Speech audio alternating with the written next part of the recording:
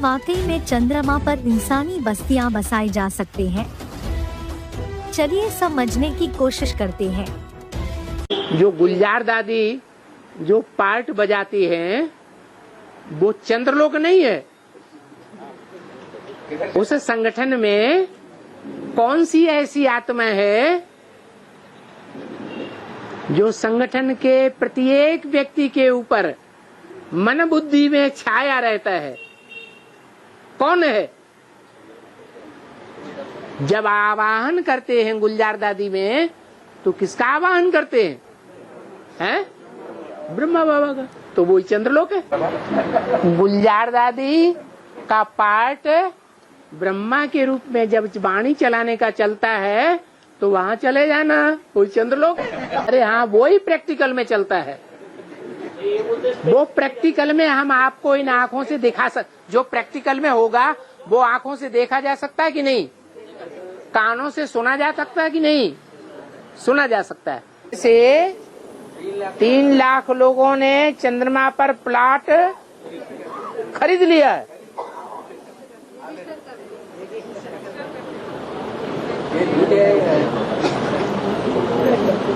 वो वहाँ के प्लॉट की बात कम है, लेकिन बेसिक ब्राह्मणों ने जरूर ब्रह्मा बाबा की डायनेस्टी में अपनी स्टेज को स्थिर कर लिया है, पक्का कर लिया है कि ब्रह्मा बाबा की डायनेस्टी में हमारी ये स्टेज होगी।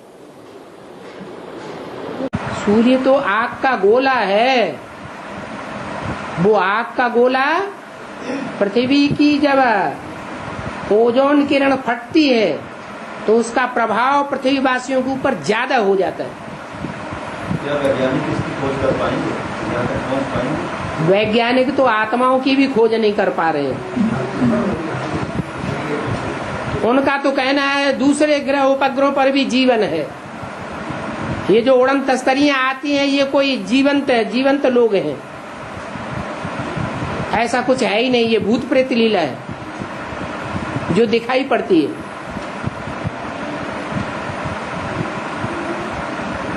बाबा कहते हैं सिर्फ एक ही मनुष्य लोक है जहाँ जीवन है, और बाकी जो लोक हैं जो भी ग्रह उपग्रह हैं वो तो पृथ्वी से बहुत दूर हैं, कोई बहुत पास में है। जीवन होने के लिए तो निश्चित दूरी चाहिए पृथ्वी पर। विषुवत रेखा के आसपास कर्क रेखा और मकर रेखा और उसके आसपास के प्राणी जीवंत रहते हैं, और उत्तरी ध्रुव और दक्षिणी ध्रुव पर जीवन है ही नहीं। तो थोड़ी सी किरणें तिरछी पड़ रही है, सूर्य की किरणें दूर हो गई तो वहां जीवन ही नहीं।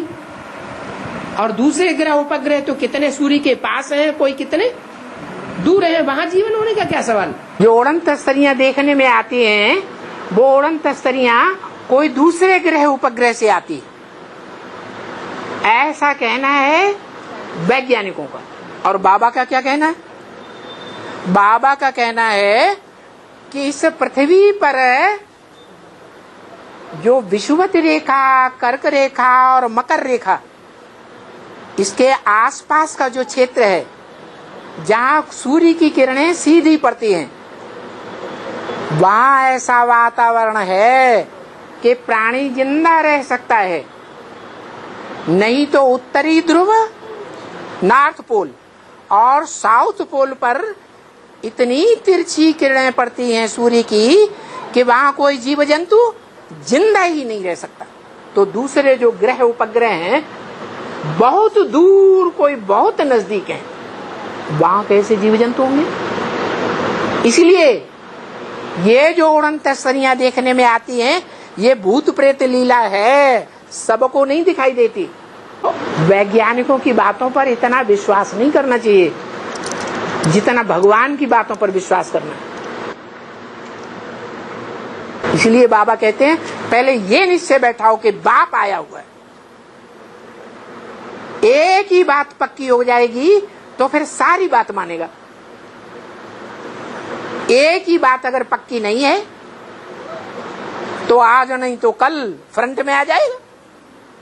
साइंसदान की बात छोड़ दो, जो साइंसदान बरमूला ट्रायंगल से कतरा के निकल जाते हैं उसका नाम है बड़ा मूला ट्रायंगल।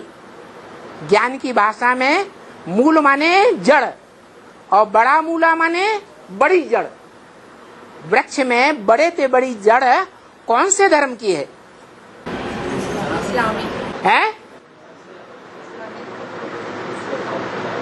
अरे वृक्ष में 10 धर्म हैं, 10 धर्मों के 10 बीज हैं, 10 बीजों की 10 जड़ें हैं और वृक्ष में 2 जड़ें गुप्त हैं, बाकी 4 इधर और 4 इधर प्रत्यक्ष हैं दूसरे धर्म वाले। उसका मिसाल बनियन ट्री से दिया है। तो कहने का मतलब बड़ी से बड़ी जड़ें कौन सी हैं जो बहुत पुरानी हैं, प्राय है लोप हैं जरूर। सूर्यवंशी चंद्रवंशी, सूर्यवंशी तो बीज हैं, चंद्रवंशी जड़ें हैं। तो माता पिता में एक पिता रूपी बीज है और दूसरी आधार मूर्त जड़ है। तो जो बड़ी जड़ है, जो ब्रह्मा रूपी बड़ी जड़ है, वो बड़ा मूला है। जितने भी भूत प्रेत हैं अचानक शरीर छोड़ने वाले, कैसे शरीर छोड़ते हैं? हाथ फेल होकर के शरीर छोड़े, ट्रक का टक्कर लग जाए, 5वीं बार से गिर करके मर जाए, अचानक मौत हो जाए। क्योंकि ये अचानक मौत चंद्रवंशियों से शुरू होती है, सूर्यवंशियों की अचानक मौत नहीं होती। क्यों? क्योंकि जो फर्स्ट डायनेस्टी है, मुरली में बोला, उनकी भी बड़ी खासियत है। क्या खासियत है? ज्ञान की खासियत। वो सब सूर्यवंशी है, सब ज्ञान की रोशनी में रहने वाले हैं। इसलिए उनसे ऐसे पाप होते ही नहीं जो उनको भूत प्रेत बनना पड़े। वैज्ञानिक आज जो दिखाते हैं, कल के वैज्ञानिक उस बात को काट देते हैं। डार्विन थ्योरी निकली, वो भी बड़ा वैज्ञानिक था। उसने निकाला कि मनुष्य सृष्टि के आदि में बंदर था। बाद में थ्योरी निकली, उनका बिल्कुल रंग, मनुष्य आदि में बंदर था ही नहीं। बताओ, वैज्ञानिक वैज्ञानिक, भगवान भगवान, एक से बढ़कर एक भगवान। जैसे आज दुनिया में सन 36 से पहले इतने भगवान नहीं थे, असली भगवान जब से आया ढेर के ढेर भगवान बन पड़े। तो वैज्ञानिक ऐसे ही हैं जैसे आज दुनिया में ढेर के ढेर भगवान निकल रहे हैं। किसी की बात पे विश्वास नहीं करो। वो 5 तत्वों का, पंचभूतों का विश्लेषण करते हैं, शरीर के 5 तत्वों का विश्लेषण करते हैं। आत्मा का विश्लेषण उनके बस की बात नहीं। क्या साइंस वाले गॉड पार्टिकल को ढूंढ पाएंगे? गॉड सत्य है, शिवम है, सुंदरम है। सत्यम शिवम सुंदरम को कौन ढूंढ पाएगा? जिसके जन्म जन्मांतर कर्मों का लेखा जोखा देखा जाए तो सत्य कर्म भी हों, कल्याणकारी कर्म भी हों और सुंदर कर्म भी हों, तो गॉड के नजदीक हुए या दूर हुए? है नजदीक हुए। जो नजदीक हैं वो पहले ढूंढ लेंगे, और जो असत्य ही सुनाते हैं, जो साइंसदान हैं, वो आत्मा के बारे में बताते हैं या शरीर के बारे में, पदार्थों के बारे में, मेटल के बारे में ज्यादा बताते हैं, शरीर के बारे में बताते हैं, मेटल के बारे में बताते हैं, भौतिकता के बारे में बताते हैं। तो भगवान भौतिकता से परे रहता है या भौतिकता के अंदर रहता है? परे रहता है। तो साइंसदानों से, वैज्ञानिकों से भगवान दूर है या नजदीक है? कैसे साबित होता है? उनके कुछ ऐसे प्रैक्टिकल कर्म हैं जिनसे साबित होता है कि वो दूर हैं।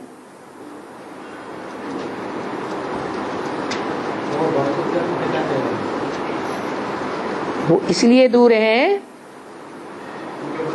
कि जो भगवान है वो सत्य ज्ञान तो देता ही है। सत्य ज्ञान है आत्मा का, अध्यात्म ज्ञान देता है। आदि माने अंदर, आत्मा माने आत्मा। आत्मा के अंदर 84 जन्मों का कैसे ज्ञान भरा हुआ है, वो सारा ज्ञान भगवान देता है। तो सत्य ज्ञान देता है। और साइंसदान भौतिकता का ज्ञान देते हैं, 5 तत्वों का ज्ञान देते हैं, शरीर का ज्ञान देते हैं। तो शरीर विनाशी है कि अविनाशी है? विनाशी सत्य है या असत्य है? विनाशी असत्य है। तो वो असत्य का ज्ञान देते हैं और वो सत्य का ज्ञान देता है। जो सत्य है वो सुंदर होगा या भयभीत करने वाला भौंड़ा होगा? सुंदर ही होगा। सत्यम शिवम, शिवम माने कल्याणकारी भी होना चाहिए। तो आत्मा का कल्याण भगवान के ज्ञान से ही होता है। जो भौतिकता का ज्ञान है वो कल्याण करता है या एटम बम बना करके दुनिया का विनाश करता है?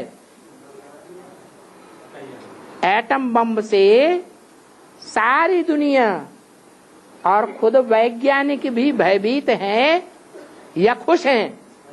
भयभीत हैं। तो वो भौतिक ज्ञान सुंदर है या भयभीत करने वाला है? भयभीत करने वाला है। तो न सत्य है, न सुंदर है, न कल्याणकारी है। इसलिए वो साइंस वाले पर्टिकुलर भगवान कौन है उसे नहीं ढूंढ सकते। वो न्यूट्रॉन, प्रोटॉन, इलेक्ट्रॉन के बारे में जान सकते हैं, लेकिन गॉड पार्टिकल को पहले नहीं जान पाएंगे।